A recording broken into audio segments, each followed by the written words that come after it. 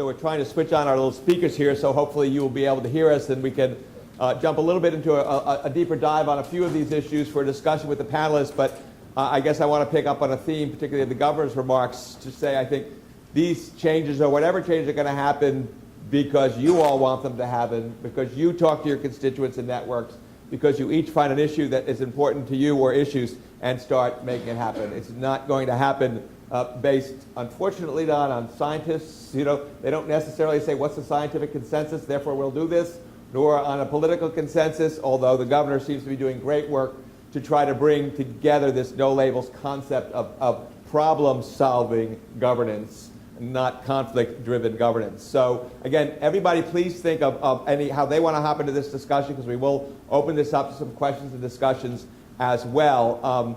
But I'd like to jump into a few areas that I heard for a little bit more detail. I'd like to mention, this isn't a requirement for speakers, but both of you mentioned two former ocean champions. Thad Allen was an ocean champion, as well as Fred Grassley. So part of our goal here is that every speaker must acknowledge some former ocean champion. So that's a wonderful tradition that you've established here. You didn't tell us that. So thank you. I didn't tell you that. That's why it's good. So it's great. There are kind of three areas that I at least wanted to jump into a little bit more specifically, is climate and oceans. I think there's science issues with that. I think there's policies issues. I feel like connecting the dots, just like NASA, Earth is about atmosphere and oceans are about climate, as well as how we really can engage the fact that these are real problems that are resulting because of climate. It's not a theoretical issue about mitigation. So I'd like to talk a little bit about climate. I'd like to talk a little bit more about essentially the ocean ecosystem and healthy ocean ecosystems, fisheries, protected areas. I don't know about you all, but I have never seen so much excitement as the whales that have recently been seen. But look at the excitement that is being generated about the whales. So why do we have a more whales, more vessels, more fish, more fishermen policy that we can figure out how we can not get out of this specific conflict? So I'd like to talk a little bit about the ocean ecosystem and how that works with sustainable use, because I think what we've learned in New Jersey is that we can come back from what was in the early 70s and 60s a bad situation, and it's much better, but I think there's another goal. So I'd like to talk about that a little bit. And then a little bit about the politics. I think you've all been involved in ocean planning exercises, in issuing reports. There's lots of good recommendations on the shelf to take action on. So how do we maybe take advantage of this new disruptor in chief to sort of, what are those opportunities to sort of take some of those recommendations and turn them into action and learn from what we've done and all the work you've done in the past. So let's start with climate. Maybe, Governor, maybe you could talk a little bit more about why you think climate is an important ocean issue and vice versa, and then Don, maybe a little bit on your thoughts. So what are your thoughts about climate, what we can do about that? Well, obviously the most visible impact of climate change is in oceans. It's sea level rise and it's in frequency of storms, and if you live on the coast, those have real implications for you. Because every time you have a coastal flooding from a storm, that erodes part of your shore, and it means that the next storm is going to come further in, and the next storm after that further in from that. And when you consider how much infrastructure and lives we have along those coastal areas, it tells you we have got to be better prepared. Now, to my mind, the people get it. It's in this bubble called Washington. There's a dome over it, I think, and they don't seem to get this kind of input. They don't understand it. The public, by and large, is making the connection. And while there's no poll that you will have when you open it up and say, what are your top 10 issues that puts environment toward the top, it's not because people don't care, it's because they don't think they can make a difference. And that's one of the big fallacies we have. It's twofold. It's not understanding the cumulative impact of individual behavior. And the statistic I always throw out is, and I think it's still viable, is that there's as much oil deposited along the coastline United States every 8 months as was released during the Exxon Valdez spill, which until Deepwater Horizon was our largest natural disaster. And that comes from people who, change the oil in their car and dump it onto the driveway or onto the grass. People who are not, it's what we're doing individually, and it's having this impact. So we have to make people understand that they have a very real relationship to the oceans, even if they don't live on an ocean. If they don't live on a river, they live in a watershed. And and watersheds drain, and those drains go down eventually into the ocean, and that's where the Chesapeake is having such problems because of the chicken farmers and a lot of the nutrients that are coming down. Then the second part is that we don't realize, and I go back to what I mentioned when I was speaking before, our ability to affect how the decision makers, what issues they take up and how they prioritize them. And that's because we don't get in touch with them. We don't tell them, the ones who are taking up the issues that we think are important, we don't tell them, good, we're glad you're doing this. We think you should do more of this. And we don't tell those who are ignoring them, hey, this is something that's important to us. We need to focus on it. I mean, scientists, you've got 97% of scientists say climate change is real, it's occurring, and guess what? What's really happening is that you have the ice sheets in the Arctic that are melting at an increasing temperature, which are raising sea level, warming the ocean overall. I mean, it's not a, the interesting thing is it's not a, climate was never a very constant thing. It goes up and down, and the impacts are not going to be the same everywhere. And so when you say global warming, even though scientifically that's what's causing things to happen, it isn't going to be always warm. I mean, we had a very cold winter, and that caused the good senator from Oklahoma, James Imhoff, to take a snowball down into the well of the Senate and throw it at a page. Not perhaps the most enlightened way to make a point, but effective. And you can understand where he's coming from. Just because he's wrong doesn't mean he doesn't believe what he's saying. And so it's a question of trying to relate these issues directly to people where they live and why it's important to them, to get them to take it up and say, yes, we do believe the scientists, and we do think this is an issue that needs to be addressed, and we better start addressing it now, or the cost of remediation is going to be way beyond anything we can afford. Don, what are your thoughts? Yeah, well, I think Governor Whitman made a great point of bringing it to where people live and what they experience. But you know, there are actually some challenges in doing that, because what happens if a change, if they have to believe that a change is occurring that threatens their existence, they might block it out. A good example is what's happened in North Carolina over the debates about sea level rise, where the local folks, local governments on the coast and real estate developers, if they have to embrace the reality of the fact that their land is not going to be there, they disavow it and have only said you can only project sea level rise for the next 30 years as if it levels off and is constant thereafter. So I think the ocean gives wonderful examples of the kinds of changes that are occurring that are undeniably related to climate change and that are independent of people's personal experience. And I think the poster child for that this year, this is this massive die-off of corals in the Pacific in particular this year. I mean, this is something that's clearly unprecedented in many thousands of years. It's an enormous consequence, and it defies other explanations. So I think we need to make people understand that as well. Another dimension of this is understanding the role the oceans play, not only in our climate, but in our weather. So we had two things, make some observations.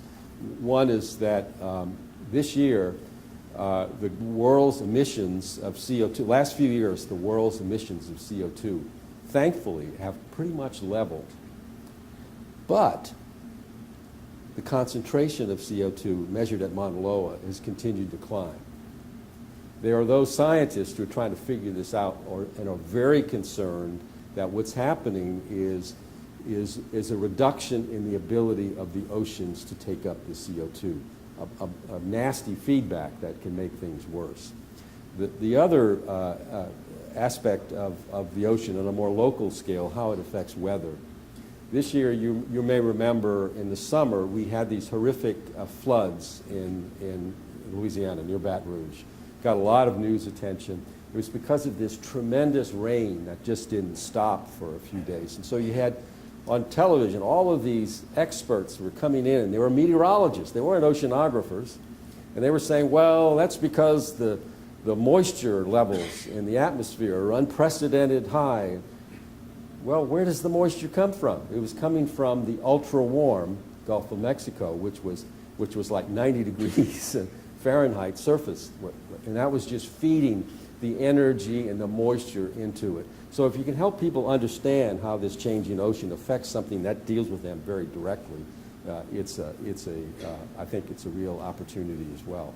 But as I said earlier, if we don't dress, can't stop it, but we can slow, limit climate change. If we don't do it, it makes everything else we're talking about in terms of managing our ocean better much harder to do.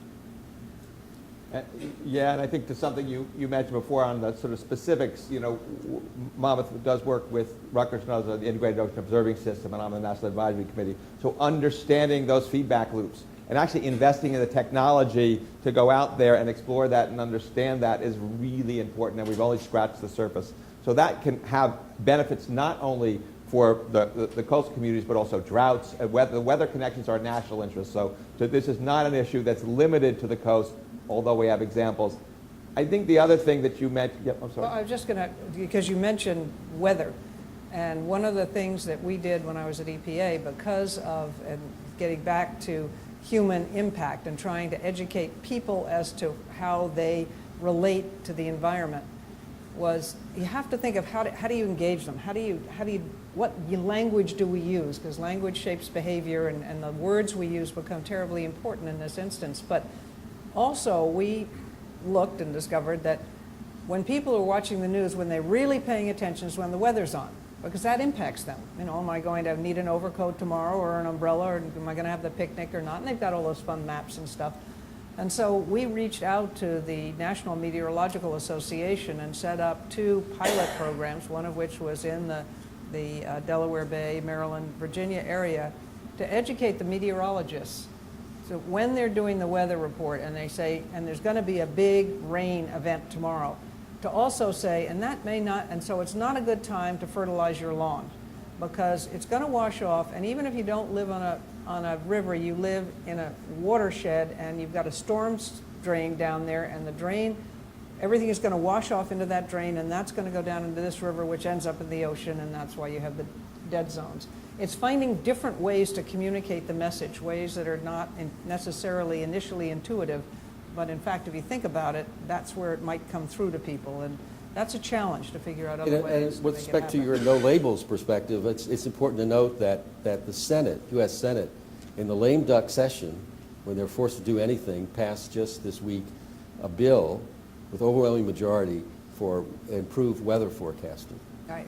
No, So they it's get it. acknowledge the They're contact to oceans, and, Right. and that you need to invest in the ocean to that. I will say we are also at the luncheon, we'll be honoring some partners we work with at NJDEP. We're working on resilient community communications, exactly that, visualizing it, talking to them, giving them options and action alternatives.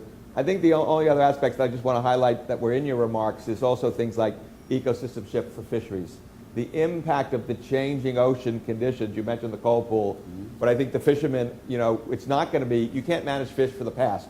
You need to manage fish for the future, and that's really issue, and we're trying to map some of those, trying to predict that, working with Sandy Hook Lab and others to try to map some of that, and also the changing chemistry of the ocean acidification. Right. I mean, that is a real, you mentioned that some ticking time bombs, but I think that's another ticking time bomb, about the ocean is when you change the pH, the impact on systems could be significant. And that's one for the skeptics. You don't have to get into complicated theories of how weather and climate work, because that's just a straightforward consequence of increased CO2 concentrations in the atmosphere. Okay. You don't have to affect weather to get ocean acidification. It's because there's higher concentrations of CO2 in the atmosphere. Therefore, there's equilibrium requires that more of it goes into the ocean. That reduces pH. Right. So shifting gears a little bit, sort of a little more thoughts about something that we deal with day to day in this region and in the state is, sometimes they always seem like conflicts between, there's never enough science to inform proper fisheries management. We're doing much, much better, but enhancing the science and understanding the ecosystem, trying to increase biodiversity, trying to protect areas. We just had a monument that was designated up north of New Jersey, but there's some interest in potential marine sanctuaries. That's seen as a conflict with fishing activities. How do we start to recognize, how do we start to balance that? And we also have proposals for offshore wind farms. So how do we, can you have it all, or how do you start a dialogue that enables us to really enhance the productivity of the ecosystem ecologically, from an environmental sense, as well as support a growing population and growing demand for use of the ocean? Very carefully. Very carefully in trying to find the balance. I mean, we did it both with a bluefish limit that we had put on, but probably more directly relevant was when it came down to the elvers, those who harvested eels for bait for the commercial and recreational fishermen, and the harvesting of horseshoe crab eggs and birds and the flyway, because Cape May is where you get the huge numbers. You go down to the beach there at the right time, and the shore is just covered with horseshoe crabs, and they're up there laying their eggs, and those are that's a critical time in the migration of the birds that are coming up, particularly the red knots coming up from South America. It's their first stop is in Cape May, and that's where they get the food to sustain them to go the rest of the way up to Canada. But those eggs are also, as I said, used by the elvers, harvested then by the elvers, who then in turn sell them to the fishermen to use as bait for the eels to then get the bigger fish when they go out into the ocean. And the other part of it, and that many people don't know, is that horseshoe crab blood is still used by pharmaceutical companies to test the purity of their drugs. And there's a way to extract that blood without killing the horseshoe crab. Not all of them were doing it, and we had to put some rules in on that. But when we put some restrictions on the harvesting of those eggs, it was a huge battle. And it was a huge battle not just with the fishermen and the elvers who said, you're taking away my livelihood, but also for the small businesses along the coast, the garages. We said now they're not going to come in to get their boats, their engines fixed as often because they're not going to be able to go out. The grocery stores, they're not going to be here. We're not going to have the same kind of turnover, so we're going to lose our economy. In fact, it turned out that didn't happen. You didn't put it all in at once. You did it in a gradual way. You tried to ensure that you were anticipating as many of the unanticipated consequences as you possibly could. And things are pretty healthy now. There's another battle now just starting to brew again, I gather, over it all, but it worked, and it worked for a time period. And if you look, when we put some limit on catches offshore and put in some sanctuaries for the smaller fish, actually what we did is we had a lot of decommissioned tanks that we had our National Guard take them apart, take out anything that could be bad, which was good for them because they learned how to work on the tanks, and that helped them with what their mission was. And then we took those tanks out and sunk them offshore because they provided habitat for the small fish to get into and get away from the big predators, which worked because then when they were able to grow bigger, and the predators grew bigger, and the fishermen are getting bigger catches now. And the fish are plentiful, but it's a battle. It's going to be a battle every time because you are going to impact people's lives and their livelihoods for a period of time, but it's getting them to understand. And now I think we have enough history to which we can point to say, but look how it has worked. And catch share is another, particularly off the northwestern coasts to try to get those who go out for crabs and they go offshore in really bad weather because they're desperate to get their haul. Catch share helps them not have to go out on the most perilous of times, and it also helps control how much is taken from any area. But it's a battle.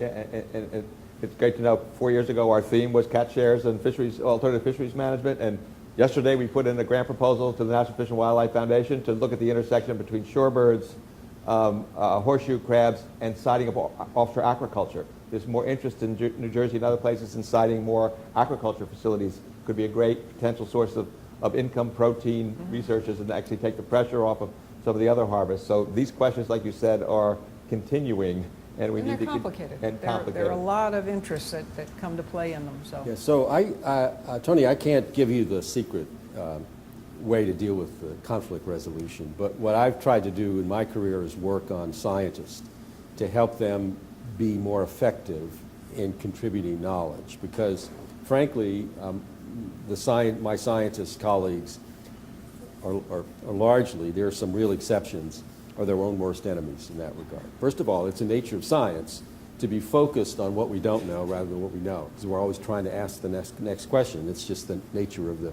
curiosity-driven approach. So we tend to underemphasize the things that we know because we're trying to emphasize why we need to answer these other questions. So when I have on any number of hot topical issues have tried to get scientists together to give practical advice, I try first to not let them say anything about what we need to know, new research or anything, until they answer what we know and how we can use it. And it's been effective often to bring, concisely worded, very factual, properly nuanced in terms of the uncertainties without going on and on about uncertainties, because most people, when you say uncertainties, you think you don't know. We do know a lot. And it's been effective. It's still a challenge, but I think more people are doing that. I think that helps as well. One, I had a long relationship we were discussing earlier for his 8 years in office with Governor O'Malley of Maryland, to the point where he and I would talk frequently. He was a geek about the science, and he wanted to know about it. And so we'd have these meetings with his cabinet officers, and I'd be the scientist in there, presumably to keep the discussion honest. And at one point, he brought me aside and said, look, I really appreciate your role in this, but do me a favor, don't say it depends anymore. He says, I can't deal with that as a decision maker. So I thought long and hard. I said, well, okay, you got a good point. I'll tell you what, Governor, when I say it depends, listen, you should listen up, because what I'm telling you, it depends on you and what choices you make. Not about the things you can't manage, but the things you can manage. And we had a great relationship. He still jokes about it all the time, but we had a great relationship and communications on that basis. Great. I'm going to come back, warn our panelists, I'm going to come back a little bit at the end to say sort of if you had the opportunity to sit down with President-elect Trump and the congressional leadership, and you had 3 things to tell them you'd like them to move out on, I'd be interested in what you would tell them. But before we do that, I'd like to open up to the audience a little bit for them to ask questions or brief comments. And again, just speak up loud, please. Identify yourself, and we'll try to answer all of your questions to the extent we can. Tom, introduce yourself and ask your question, please, quickly. Yeah, Tom Fody, Jersey Coast Angler Association, also governs appointee to the United States Fisheries Commission. I manage lobsters. It doesn't belong to the Mid-Atlantic Council, doesn't belong to NOAA, it belongs to the United States. We saw what happened in the last 20 years. When the governor was in office, we saw a huge population of lobster grow in the Mid-Atlantic region. As the water warmed up, then the water got to a certain point, it was starting to collapse. Going into, we can't cut fishermen back anymore because they ain't going to do anything to the stocks because we can't control the water. We're now seeing that in Maine. Now, when you basically see it in New Jersey, we're talking about 30 boats. And maybe going down to 25, going down to 15, and eventually they'll push themselves out of business because we're seeing lobsters. When you talk about Maine, you're talking about 9,000 boats. You're talking about 9,000, so it's a huge part of Maine's economy, whether it's glass eels, which is 1/2 of it, and lobsters make up a huge economic impact. We have to find ways of managing fisheries different, because we've been basically cutting back fishing, whether it's summer flounder, to basically bring the stocks. But when we look at it now, it's natural mortality that's causing it. So we're having poor recruitment, even though we have spawning stock biomass larger than before. So how do we basically adjust the fisheries management, not to just cut back the fishing, both commercial and recreational, but look at the other factors and understand that some things, even we cut back the fishermen, it's not, but it's going to have huge economic impact on that. And that's been a serious problem that I have to deal with all the time, and it makes me stay up at night because I'm basically affecting people's lives in livelihoods. So that's a suggestion. I don't know if you have answers. That seems to be a fairly persistent challenge in the fisheries community, so I'd be interested if you had any reactions to that. But again, I would say I do think it's disconnected, the regulatory aspects, investing in the fishermen themselves, investing in cooperative research, investing in what those alternative, how do you manage that predator-prey relationship? How do you manage the decline of fisheries? So unfortunately, fisheries are species specific in terms of management, and so the options of the regulators are fairly limited, is my impression, but you all may be more knowledgeable about that than I. I don't really have anything to add other than if we're going to be asked to have 3 things that we would do in this meeting, right? I bring that gentleman with me.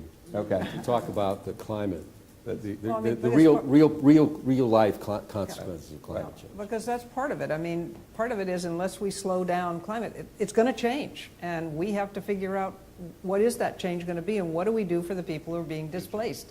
It's a little bit like the whole energy issue and argument. We're not going to go back to coal. This president may say we're going to do coal again. We're not. I mean, coal is going away not because of regulation. It's going away because of the low price of natural gas. And many of the utilities have already started to dismantle their coal-fired power plants. They're not going to reinvest in those. But what do you do for people who live in West Virginia and Kentucky whose entire livelihoods and family livelihoods have been built around coal?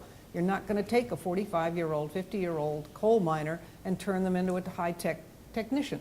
So you have to think about what do you do for them? How do you find other jobs? How do you retrain them? What are the things, what are the investments that government can make in those communities to help these people survive? And the same thing is true for the fishermen. What do we do for the fishermen who are, they're not going to be the same kind of fish. You're just not going to be catching the same thing. You're not going to be going after. Are there other species that are coming? That's why we need the science and the research.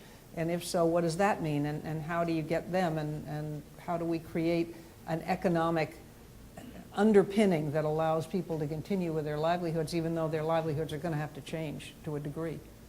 Great. Other questions or thoughts about what we need to do here? Sir, Bill? Go out on a limb here. I'm Bill Schreiber, Department of Chemistry and Physics.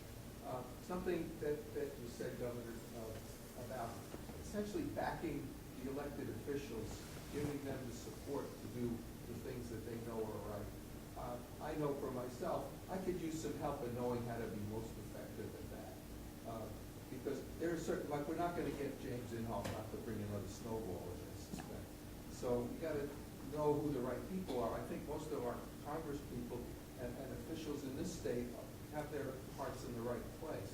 We need to support that, but maybe also people in other states. So knowing who to write to. I can't hear. You got a little bit, okay, Yeah. okay. We can repeat the question. I'll repeat the question, okay.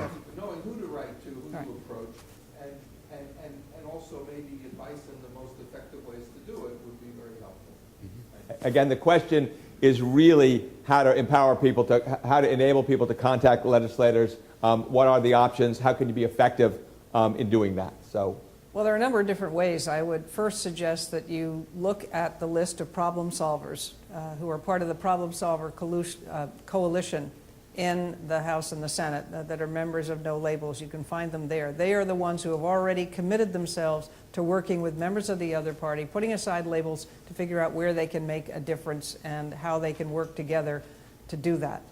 And they're the ones that are willing to stick their necks out now. Now, we have another, having just come back from it, there are a couple of members of our delegation that should have been there, and it's natural for them. They're not there yet.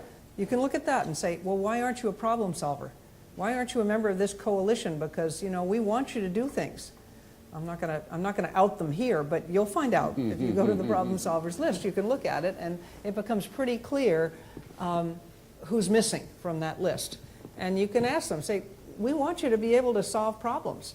Now, this may not be the top problem, the fisheries, let's say, but oceans certainly are. Climate change certainly is a major issue. Tell them they got to deal with this, and they're already looking at it. But this was an appeal that the already members of the Problem Solvers Coalition made to the 200+ business leaders who were there at these 2 days of meetings. Said, please help us mobilize our constituents. We need to hear from them. And I've said it over and over again. In today's age, there's no excuse not to be able to get hold of them, because you can email, you can text, they're a whole different way. And even if you, for instance, do text your congressman on fisheries and you get a nice response back saying, we really appreciate your interest in education, that's a little bit frustrating, I get it. But I will tell you that every single member, and frankly everybody in office, if they don't answer their own phone or open their own mail, they have somebody who does, who is compiling, this is what your constituents are interested in. This is where they are on this issue. It might not always change a vote, but it does change thinking, and it does change prioritizing. And so I would start by, the other thing you can do is, what are the relevant committees? I mean, there's an Oceans Committee, there's an Environment and Public Works Committee. Who are the members there? Get in touch with them, because obviously they're the ones that are going to be making decisions that, or making recommendations anyway, that will affect policy. But I'd go first to the Problem Solvers Coalition, go to nolabels.org and look up Problem Solvers Coalition. And for the first thing I do, yes, support the ones who are there, because they're from all over the country, but also look from our own state, let's build it up. Let's get more people there and to understand that this is real. This is how the public wants to go forward. Perhaps we need to have a tweet strategy too. Hashtag don't forget the ocean or something too. yeah, So, exactly. so we need to think about that. So let's just get a couple more comments. Just Yes? to follow up, what Loud. about a possibility of linking this to our ocean portal? Two things about, he said, how about linking it to our ocean portal? Let me know, UCI is not a political advocacy group in that regard. We inform and educate folks, but there are connections to groups like that who I could definitely help anybody interested in, and there's other people in this room as well. So there are entrees into that, and we certainly can provide information about that in some way. Around the group, other comments, questions? Yep, William? Lillian Barone. Loud, please, so the folks in the back can hear, sorry. First, Tony, I think I'd like to pick up on the last point that you just made in response to the question, and then ask a question, or maybe ask for some discussion on a question. Why not, if it's acceptable to the university, Dr. Brown, use some of the information that UCI has available or developed to draft some thematic pieces of information that can be used by people who would like to share that information to educate their elected officials? Better repeat it. The question was, how can UCI perhaps provide information which is more factual and informational so that people could use that for effective communications around issues of significance? I would say actually that's something we're talking about doing in several different project areas. We are working with our partners on the Community Resilience Coalition and around. We have many partners across the state that we're working with, and we're trying to provide some basic information that people can use to educate folks, not only their communities, about that. So I think thinking more about making that accessible to people is probably what I need to put more front-end thought in. I think we have lots of information in that regard. We're doing the same thing. I staff and work with the Joint Ocean Commission Initiative, so I help them a little bit on some of their recommendations. So I know that they will be developing some very specific fact sheets that will be available. The ocean data portal that I work on, which is the Mid-Atlantic Ocean Data Plan, which I don't think I'm stepping on the punchline to say there should be an announcement out of the White House today saying that those plans have been approved and we're moving on to implementation. So that's extremely good news. This has been working for 6 years. This has been supported by 2 administrations. This should be non-controversial, so we hope that's the case. So we can try that. Well, it would seem, particularly if the Josie report comes out soon and has the list of the topics Don referred to as our heading topics, they should be able to be the platform subject matter at least that we could develop Yep. and link to. Yep. And that would, I think, be very helpful. Don and the governor both talked about examples, and Governor, you used Superstorm Sandy as an example. It made me wonder whether there's some experience that you've had at EPA that could be helpful to us as we think about how we link, because I think we failed to do it now, the urban planning that goes on, the watershed planning that goes on, the coastal zone management planning that takes place, and then the local zoning and other planning that occurs in our individual communities in the state that unfortunately are not connected and fail to recognize the implications of the decisions that are made on the coast, don't necessarily take into account the need for hardening of our infrastructure as they make decisions, even though they supposedly are subject to FEMA mapping information, about what we are going to be able to build, where we are going to be able to build in our communities, and how we need to think about the implications of those decisions. So I wonder whether your experience at EPA, looking at regulation, and your experience as governor, can help us think about how we might frame strategies that could start knitting these different decision-making organizations together so that we get more information in and we make better decisions and better plans for the longer-term future. What can we do to make those connections work more effectively?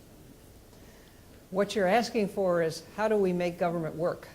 And that's a huge problem, because what Lillian was talking about, you've got so many disparate areas that are working on overlapping issues, how do you synchronize all of that? How do you put it all together? Where do you get it in a place so people can see the continuity and the impact of one from the other? And that's really tough to do, particularly at the federal level, because everybody's got their piece of the pie and they don't want to give it up.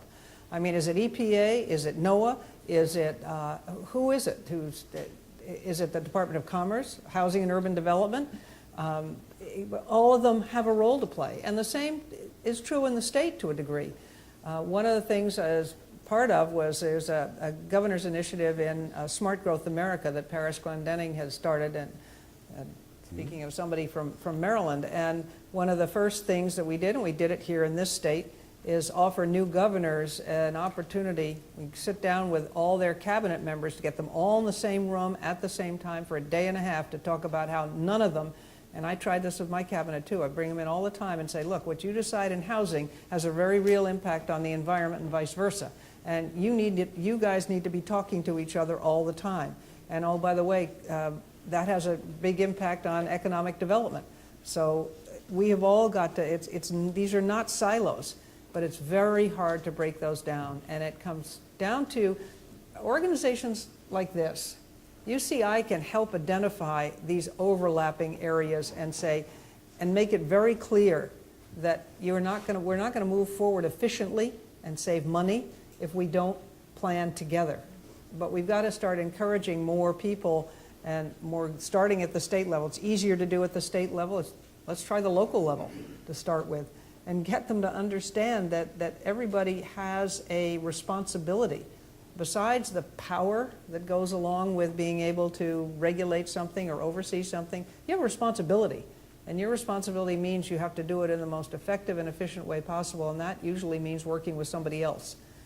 And so I would encourage UCI and others to start to show where some of that nexus is. It's not that the people in government don't get it, they do know, and the staff will meet.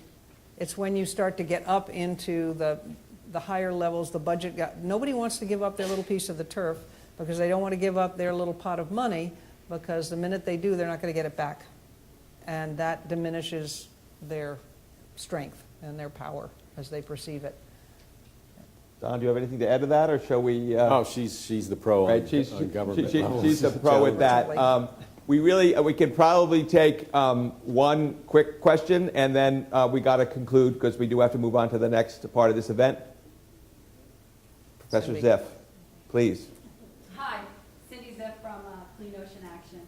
It was great hearing the overviews from all of you and Governor Whitman. The work that you did to help end ocean dumping of dredge material was, I think, a real true success story, not just for our region, but for the nation. I mean, that was tough, and there's so many people in this room that helped work for that. Right. A lot of partners. You don't get something like that done without a lot of support and partners. Kind of stitching the pieces together here, you know, you have the science, you have the academia, you have our elected officials. The things that make it move is the advocacy. Mm-hmm. And to the professor or the dean of chemistry, his point about how do you make that change, it is about the advocacy. It's about motivating the people to get the job done. I think what motivates people is real meaningful actions, you know, not halfway measures. You know, we didn't say let's stop half of the ocean dumping. We said no ocean dumping. Right. We say no drilling in the ocean. And that's, you know, that is what I think inspires people. You know, I think a lot of these plans that come out sometimes are like, well, you know, they have to think about all the different players, and everybody has to have a seat at the table. And I think with the ocean in particular right now, and given the environmental consequences of what's happening, is that, you know, we just want to depend on a clean ocean economy with no harmful industrialization. And will your plans that are coming out, you know, be a beacon for that? Or are they going to be kind of like, you know, there's something for everybody and we have to work together? Because I just don't think, given the crisis that we're at, you know, the half measures are going to work. We really need to work to provide, you know, an improvement arrangement for the ocean, no more harmful industrialization, and then on the issue of land-based, you you talked a lot about watersheds, Governor. You know, we're working with a lot of partners in this room on a hopeful model for the Navesink River, which was recently downgraded because of fecal contamination, about bringing in a holistic 95 square mile watershed approach that brings in government and this, both state and local, but it's driven by citizens to try to, again, push that envelope to try to say, yes, we all have a responsibility through watershed mindfulness to be a part of the solution, and we need to keep our elected officials accountable. So, you know, we can do that, but, you know, our bar is high. And I guess, you know, what we hope is that these models that are coming out of these governmental plans that are coming out are going to shoot for that beacon as well. And I'm not sure what's in them, but I would just Well, ask.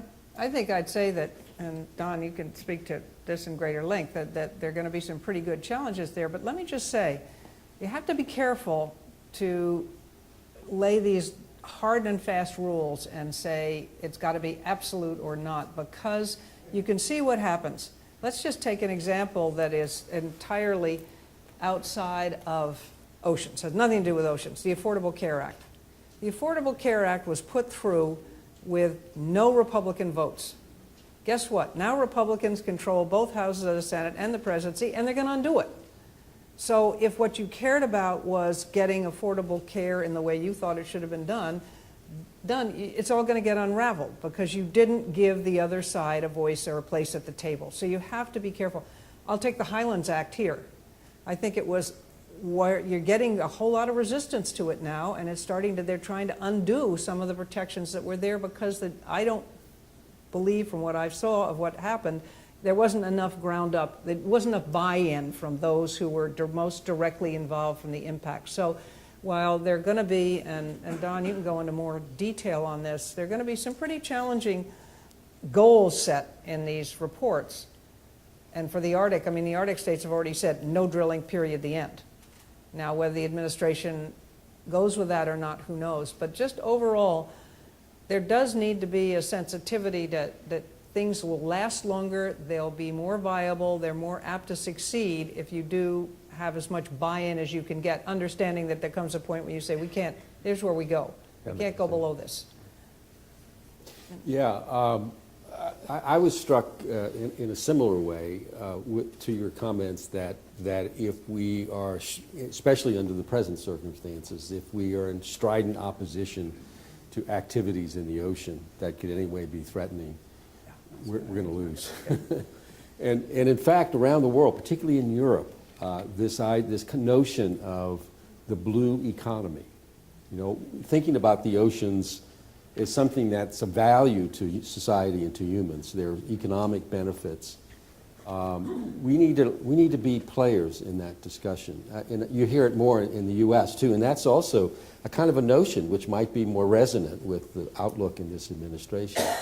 And so, yes, it doesn't mean that you do everything that makes money in the ocean no matter what the consequences, but you have to figure that out.